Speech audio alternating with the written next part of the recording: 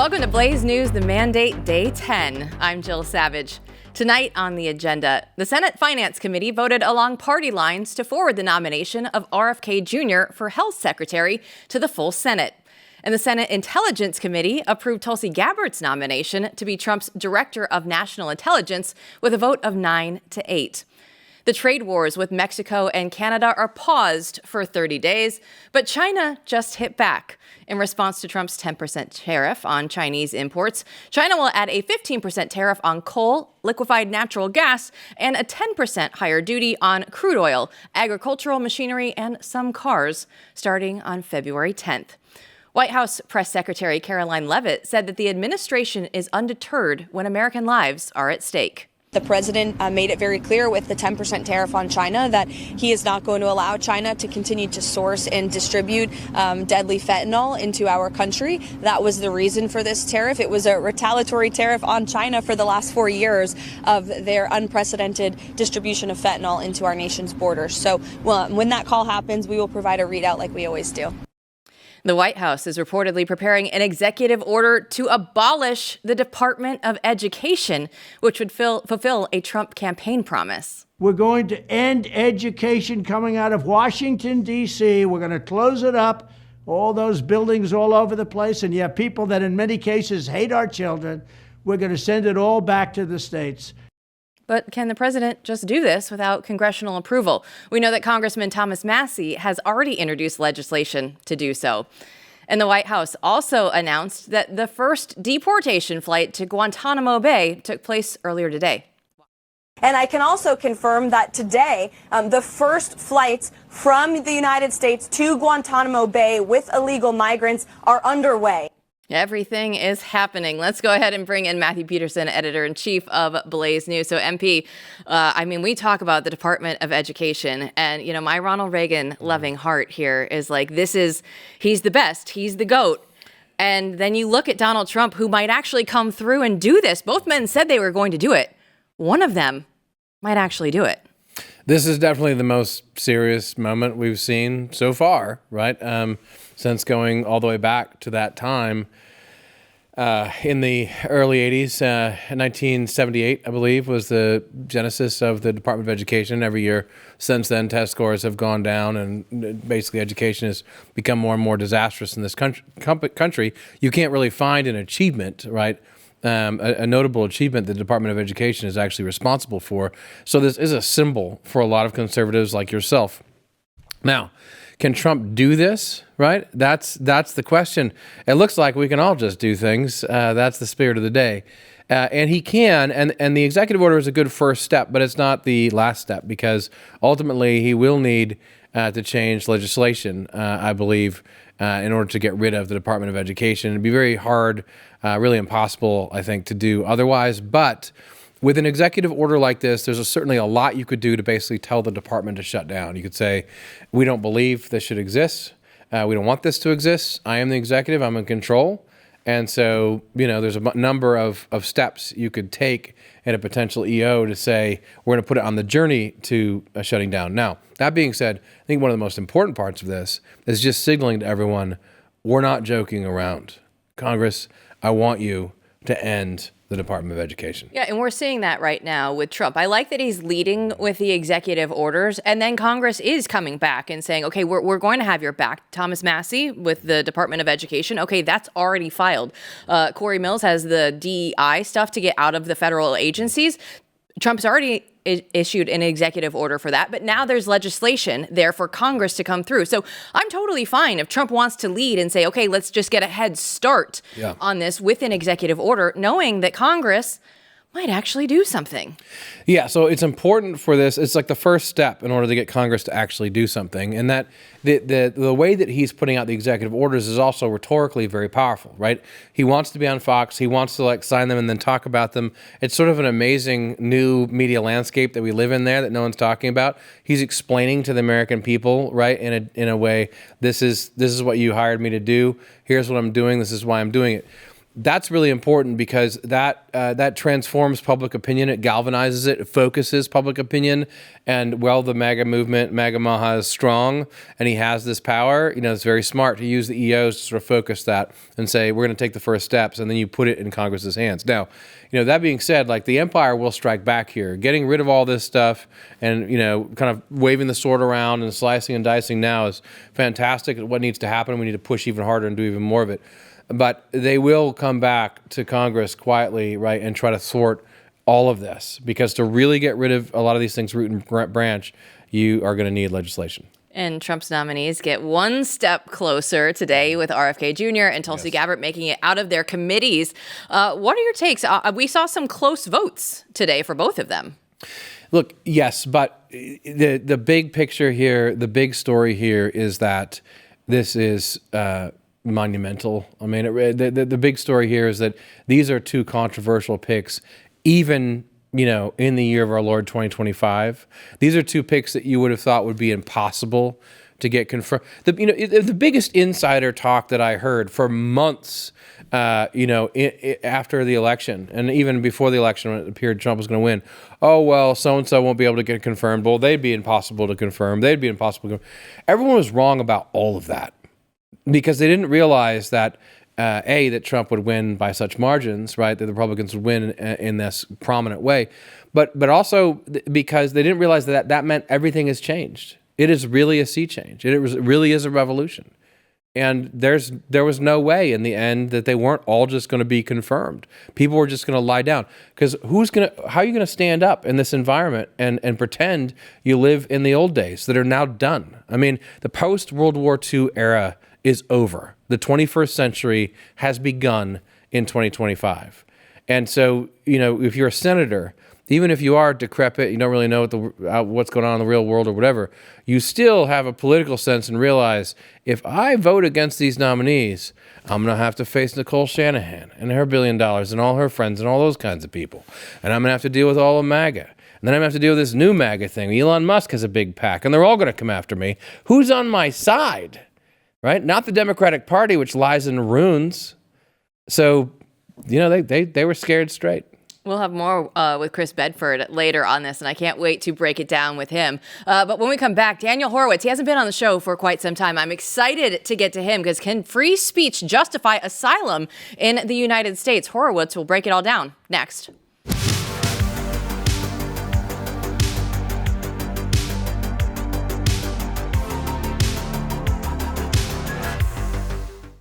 Did you know that 85% of what they call grass-fed beef in stores is actually imported? Well, that was thanks to a 2015 law change. Foreign meat can now be labeled a product of the United States just because it's packaged here. That means that grocery store meat is often full of antibiotics, hormones, and even seed oils. Good Ranchers is different. They're 100% American meat. They have no hidden additives, no seed oils, just clean, high-quality protein. Their beef, chicken, and seafood are all born, raised, and harvested right here in the United States, so you know exactly where your food comes from. And the best news is their seed oil-free chicken nuggets are officially back. They're made with cuts of chicken, and they're gluten-free, allergen-safe, and packed with clean, delicious flavor that you can feel good about serving. And you can subscribe to a box of full nuggets or get them as an add-on to any order. And the best part is Good Ranchers delivers straight to your door, so you can skip the grocery store and get that farm-to-table quality while supporting American ranchers. Right now, get their New Meat New Year promo, and you get free ground beef, chicken breast, or wild-caught salmon in your order for a year, plus $25 off with code Jill at checkout. Don't wait. Order now. It's goodranchers.com. American meat delivered. Well, it sounds crazy, but is there a free speech right to admit immigrants who hold pro-terrorist views? Blaze host of Conservative Review, Daniel Horowitz, doesn't think so. And he recently wrote about this for theblaze.com, explaining why. And he joins us right now. So, Daniel, can you lay out this? Because to me, when I hear this, right, on the face of this sounds absolutely absurd. So what's the argument that's trying to be made here for keeping these people on U.S. soil? Sure. Well, obviously, the ACLU and allied groups have threatened to sue Trump's executive order. And to them, there's a fundamental right for 8 billion people in the world to potentially come here and file due process or discrimination lawsuits. Obviously, as I lay out in the piece, there's 130 years of case law demonstrating that because a sovereign nation has the right to deny entry and to admit people on such conditions as it deems prudent and necessary, there is no fundamental right. So I know a lot of people might be uncomfortable in policing people's statements, but remember what the Trump administration plans on doing here when they talk about deporting Hamas protesters. So no one's going to be sent to jail or fined for their views. We're just going to say, hey, goodbye, go back to your country of origin that you evidently like so much and enjoy your life there. And the courts have mentioned before that deportation is not punishment. It is a consequence of national sovereignty. So since the time of the 1790 Naturalization Acts, our founders made it very clear they only wanted people here who blended and fit into our society. So this is something I'm very happy that the Trump administration is embracing, both the legal authority and also the moral imperative to keep people like that out of the country. Because look, let's face it, we have plenty of problematic people here. Obviously, you can't choose your citizens, natural-born citizens, but you could certainly choose your immigrants, and we should only let in people that love America. Daniel, let's talk big picture in the next exciting, weeks, years. What's the difference at this point? Years happen in weeks and days these days.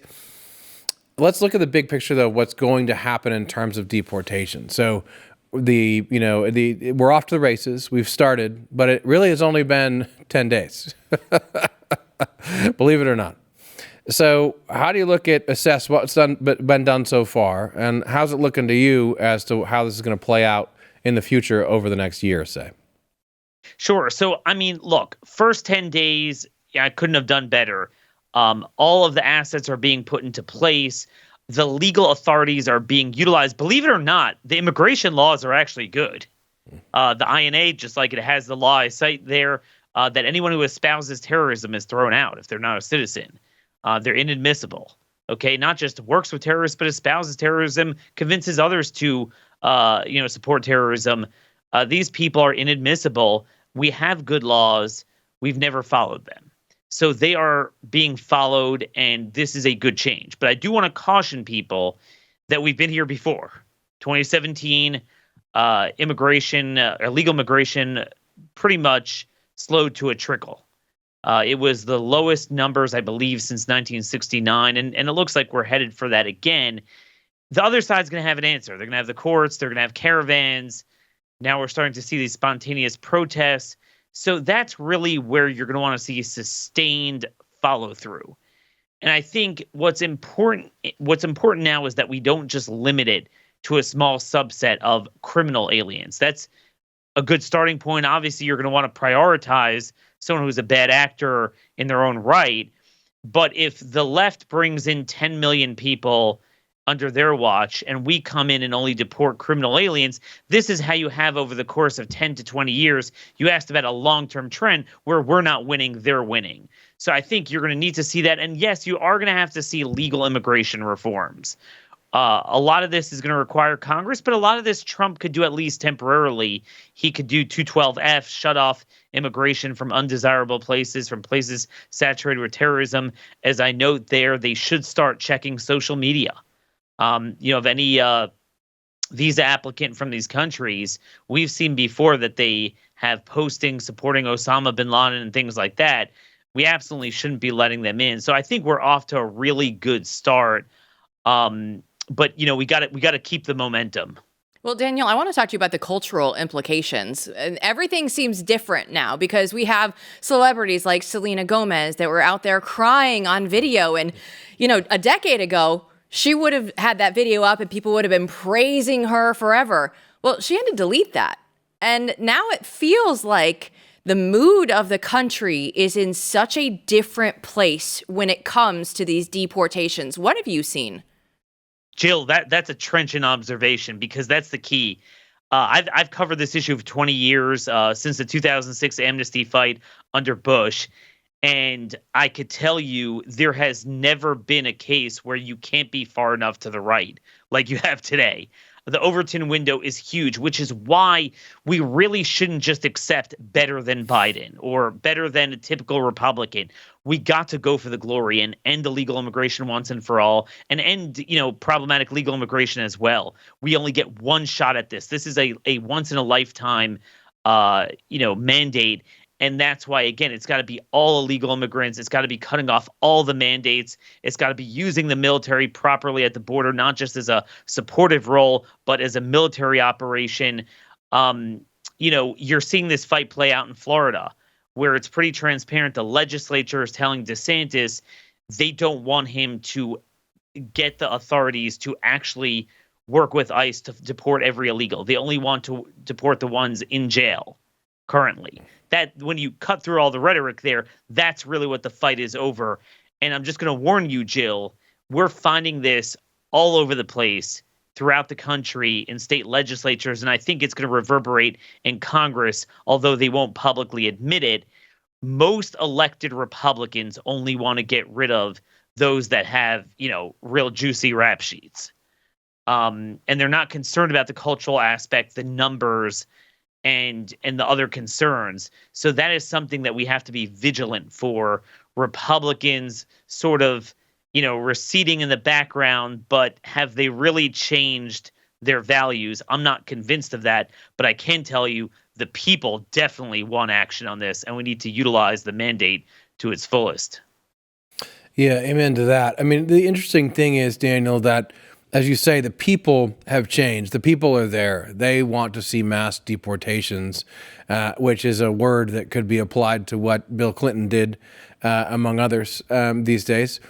But they want to see the law followed, right? So the question is the people's will going to be implemented? Is the mandate going to be implemented? And when I think about that right now, we certainly are off to a good start, the administration, right? And we see very clear signs, as Jill is saying, that the culture has changed. I mean, these protests with the Mexican flags, and no one cares. They're looking at it going, are you kidding me? Like, how do you think anyone's going to ever agree with you? You can just sense the energy in the room is completely different. So do you think, because I'm saying this all because we all know here what is going to happen in legacy media over the course of the coming months and years, that's already begun, which is that they're going to look for the case of, a non-criminal person, family, and they're going to have their 24/7 sob stories about how these people have to leave even though they're here illegally. And in a way, that's kind of the crux of the matter that you're pointing to. It's like when there's people who, no, they're not criminals otherwise, they broke the law to come here, are we going to deport them? And that's where the American people go, yes, we are. We're done. And the media goes, oh my gosh, this is terrible, and the sob stories start. Now in the past, right, we know who would have won that battle. What do you think is going to happen over the course of the next year? As long as we don't wait too long to fulfill the mandate, where this is still fresh in people's mind, the 10 million person invasion from Biden, people have no appetite for this. I'm just going to say the average Democrat voter, if they're not involved in politics, they're probably to the right of most Republican politicians on this. I mean, people want this done. So I think that's where the rubber is going to meet the road. Right now, again, everything he's doing is good, but from my understanding is most of the people rounded up so far were very recent arrivals under Biden. So this is really what we're going to have to see. And it's going to take state enforcement, right? There's only 6,000 ERO agents. Trump rightfully deputized HSI, DEA, marshals. So it adds more to it. But you need the states and the local because of the numbers, but also because they come into contact with them. Illegal immigration is the ultimate form of organized crime that could only persist with political protection. Okay, there's no enigma as to how to solve this. Our government, for better or for worse, tracks the hell out of us. Okay, every time we interact with them, there's no way they don't know where they are. Let me give you an example. There are some conservatives in states. There's a bill in Wyoming, in Montana, to require police at every traffic stop when they pull someone over for speeding. Well, we dig up everything on you, your rap sheet. We should know if you're here illegally. check their immigration status. That is a simple way of filtering out, especially all these drunk drivers, of which there are many. They often drive erratically. This is how you vet them out. We're going to need states to get involved. I could tell you in Montana, we had a bill. They just watered it down from shall inquire about the immigration status to may inquire. So again, we're seeing that pushback from Republicans, but hopefully Trump's going to remain strong. I do want to say one other thing that I'm looking for Trump to do. I've heard rumors is to not just use 287G, which deputizes state enforcement for those in jail, but 1103A10, which fully deputizes them and basically makes potentially any local law enforcement agency willing to participate, makes them like Border Patrol and ICE. They could literally detain, deport, do anything. One of DeSantis's bills had a provision that if Trump were to invoke that, he is requiring his local law enforcement to join those contracts. So that's definitely something that we're going to want to do. Again, watch for that dichotomy between all illegals and just those in the jails. That's something we're going to have to look out for. All right, Daniel, our last question for you. Our good friend Steve Deace always calls you the prophet of woe and lamentation. So I want to do a pulse check with you. How are the Black Pillars doing right now? How is this going with the first few days of the Trump administration? If you have a haunted house of 20 doors where we always get killed in doors 6 and 7, what I would say is from doors 1 to 5, it couldn't be better. It's really, really very solid. This is not a rip on it. It's just, like I said, we haven't gotten to that adversity. There's going to be a COVID. And when I say a COVID, I don't mean necessarily a virus, but you're going to have an economic collapse. You're going to have different things. And I think it's those 2 to 3 things that determine an administration. Remember, Trump did a lot of really good things in 2017. It was a terrific year. But over time, we met adversity. Ultimately, COVID killed it. Biden came in, and everything that he did was erased, unfortunately. And that's why we are where we are. So it's off to a good start. But again, what I'm really looking for is to make this stick. And to make it stick, you're going to need Congress. I love how Trump was really strong about abolishing the Department of Education. That's plowing new ground. I'd like to see him demand that Republicans put that in budget reconciliation. I can't imagine why they wouldn't want to do that. But I think he has been better than the first term executively. What I think is going to cement his legacy is if he can take that onto the pressure campaign to Congress, where it's not the Freedom Caucus guys that feel the pressure, but the rhinos that feel the pressure. Hey, we better get on board. And that's why we love him. Daniel Horowitz, thanks so much. Take care. Matthew, I look at that and I say, okay, there's so much optimism and joy. And then he's like, oh, reality check real quick. Just a real quick one. Well, he's not wrong. I mean, what I'm doing is reading the tea leaves in terms of, I see the momentum here is absolutely going to move in that direction and come into conflict with any antagonism that appears and fight it, desperately. I'm not worried about that, but he's not wrong in the sense that, as I said, you will need congressional legislation. You will need to tell Congress what to do. And we've just begun. It's only 10 days of, starting to redirect the ship. It's just the strength with which that has happened so far tells me that MAGA and MAHA and that entire movement from Trump on down and out to Elon and others, they are going to tell Congress what to do. They're going to tell the Republicans in Congress what to do, and that's a good thing. Well, don't go anywhere. When we come back, Chris Bedford will flesh out the deep state's attempt to survive Trump. Just ahead.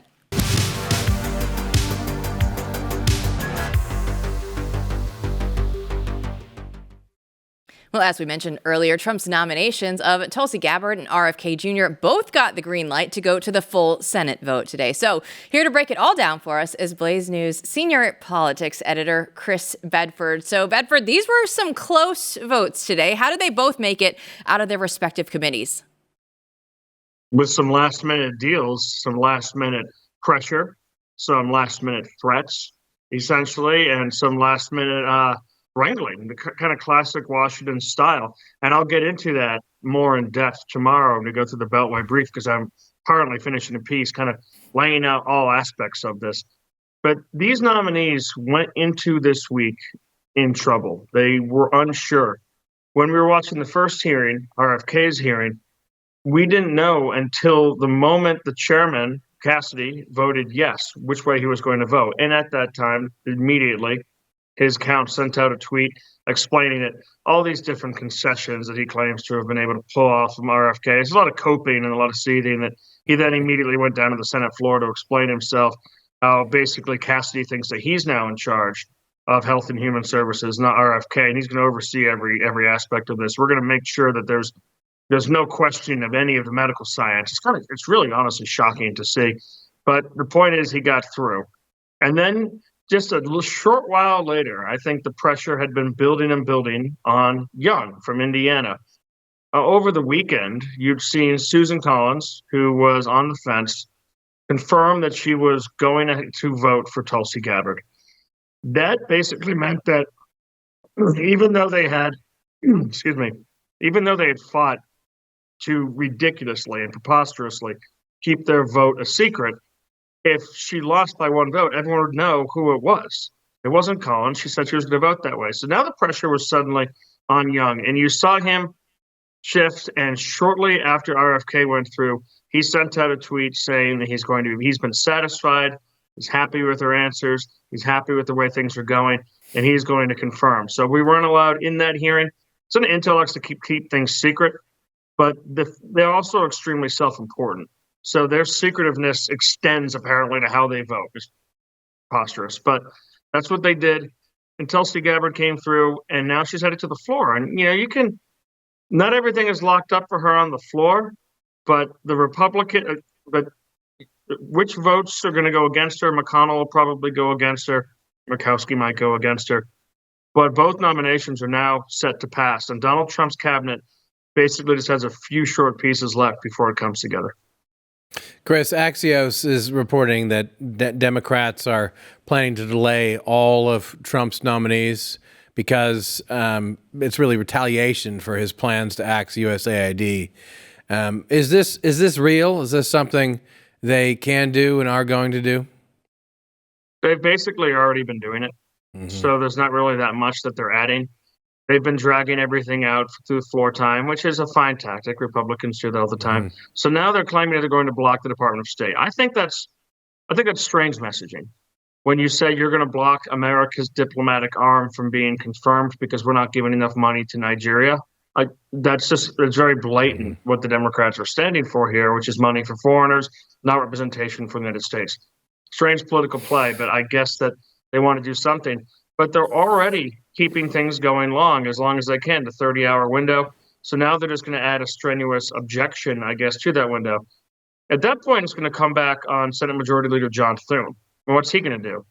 What he ought to do, what he probably should do if he wants to break this, is start introducing the nominations on Thursday morning. And then let the Democratic Senate decide how long they want to hold this up, if they want to keep this going. If that means they're going to be working 30 hours, it's going to be Friday and Saturday.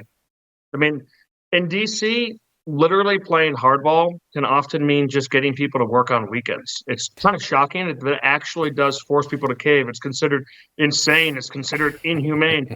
Elon Musk was talking about it earlier this week with, hey, my secret weapon is I work on weekends and you guys don't. If Thune wants to play hardball like that, then he'll be able to get it. All right, we had to get the news out of the way. So now let's get into the spotlight for today. It's downsizing the government versus properly utilizing the government for the MAGA mandate. Now, downsizing, we know Trump is going out there cutting everything. Doge is cutting everything right now, trying to make the government more accountable. But we're not going to be able to get rid of everything, right? So how do you properly utilize the government, right? How do we get the smallest, most efficient government that actually works for the American people, Chris? Well, I think one of the ways, and this has been interesting, I never in my wildest dreams, nor anyone I know, expected what we've been seeing over these past 2 weeks to actually happen in my lifetime. It seemed like it would really just take an absolute crisis. And it turns out, I mean, gosh, if you're the Democrats, you've got to be sitting there just wishing you'd gone along with Donald Trump in his first term. I mean, a little bit.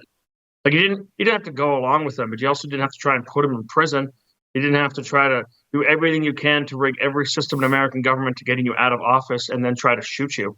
Like they went too far, and they created this Donald Trump, Elon Musk alliance that we're seeing today that is now back in Washington and doing these things. And, some friends of mine who are a little squishier on the subject pointed out, well, why can't you just cut the aid that's bad? Well, it's always hidden. It's covered. The reason why we saw that last minute order that's kind of been rescinded and tailored from OMB stopping outside payments is because they found out that the bureaucrats throughout the deep state were funneling the money out as fast as they could. They were sending it as fast as they possibly could to make sure that no matter what, they defended democracy by sending American taxpayer money to programs abroad, to America's enemies, and to left-wing activist groups. That's the way that these guys think. The only way to really stop them is with essentially blitzkrieg tactics. You got to use lightning strike. You got to shock and awe them. They can't keep up right now. They're talking about lawsuits. It's too late for a lot of this stuff. Layouts, leveraged buyouts of layoffs, leveraged buyouts of different people, cancellations of programs, NGOs that will not be able to sustain themselves because they exist entirely on the government. They feed entirely off the taxpayer that will collapse in the meantime. And then from there, you can start to rebuild. But taming the system, especially a system like USAID, which, let's be honest, is largely CIA affiliated, you can't just tame those sorts of things. They'll fight you every step of the way. It'll be constant leaks, constant undermining, constant fake articles about how somehow Putin wins if we don't do this or that. And you end up losing, you get stuck, and then 4 years later, maybe a Democrat comes in and it's all done. I've never seen this sort of progress. This is actually going to have an impact. And then from there, rebuild, because the old argument that conservatives should never use government power in order to defend Western civilization, defend our families, defend our country, is stupid that we fell for it as long as people did. And I think it's done now.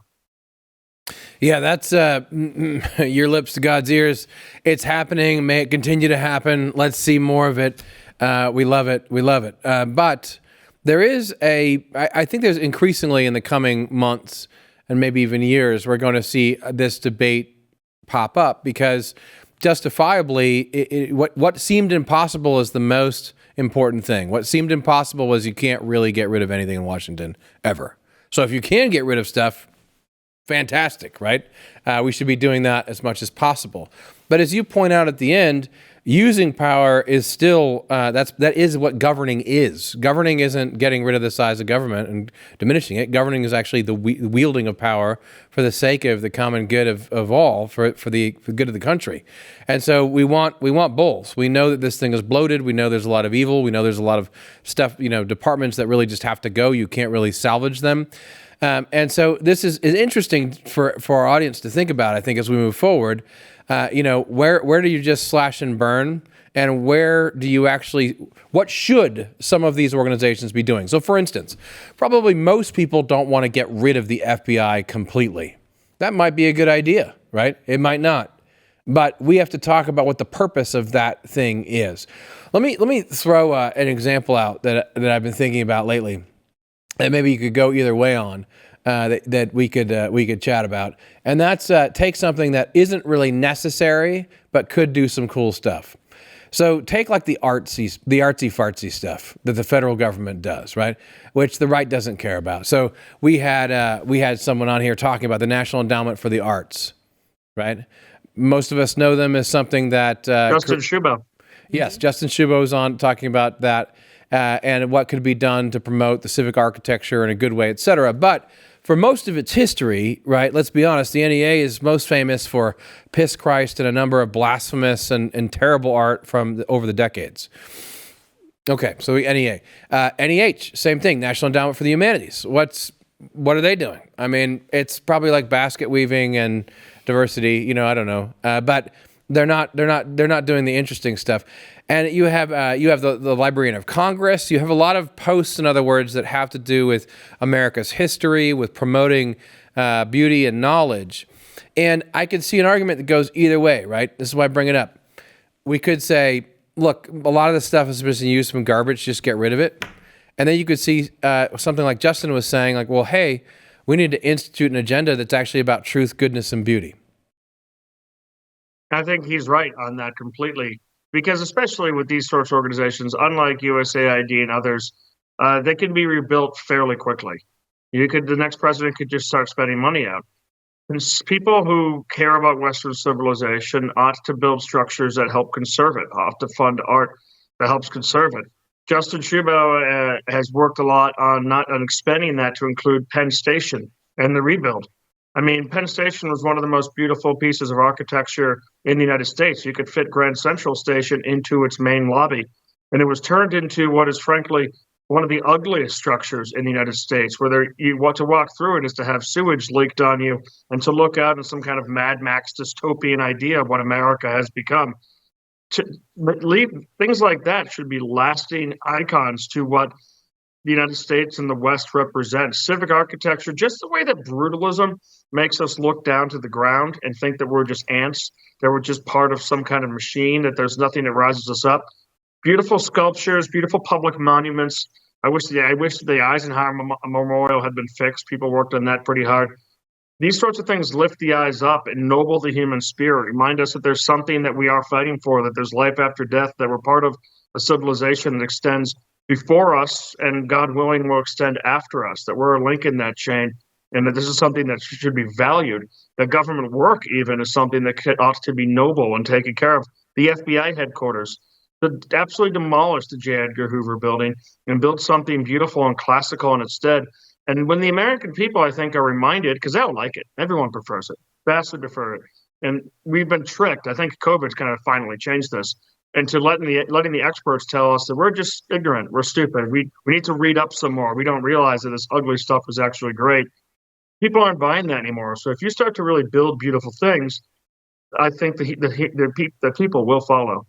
All right, quickly, I have about 60 seconds left, but Ronald Reagan famously said that government agencies are the closest thing that we'll ever see to eternal life here on this planet. Well, we've now seen Donald Trump come through and say, hey, you know what? If you want to keep working, federal workers, go ahead. I'm not going to have any certainty that you're going to keep your job, or you can go ahead and take this payout and coast until September. Well, 20,000 workers so far, Bedford, have taken the payout. So what do you think this means for the government just moving forward? 20,000 have taken it, and their goal is 200,000. So you have to see pressure increasing on this. Investigations of people. Apparently, it's illegal if you're a federal employee to have secondary employment. Find out look at the people's taxes. Use the IRS. Find out who's been taking payments through Uber. Find out who's been doing things in the different gig economy. Now you've got cause.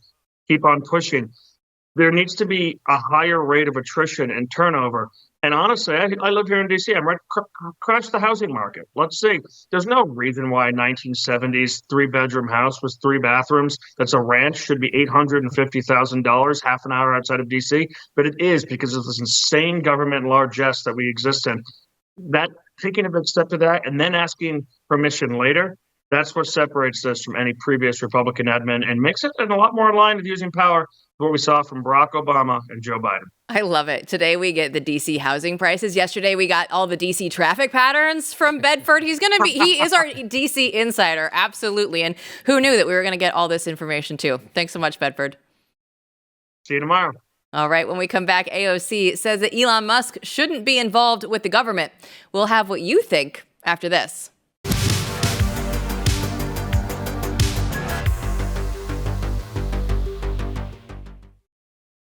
And the danger in the lack of intelligence and the lack of expertise that Elon has. I mean, this guy is one of the most morally vacant, but also just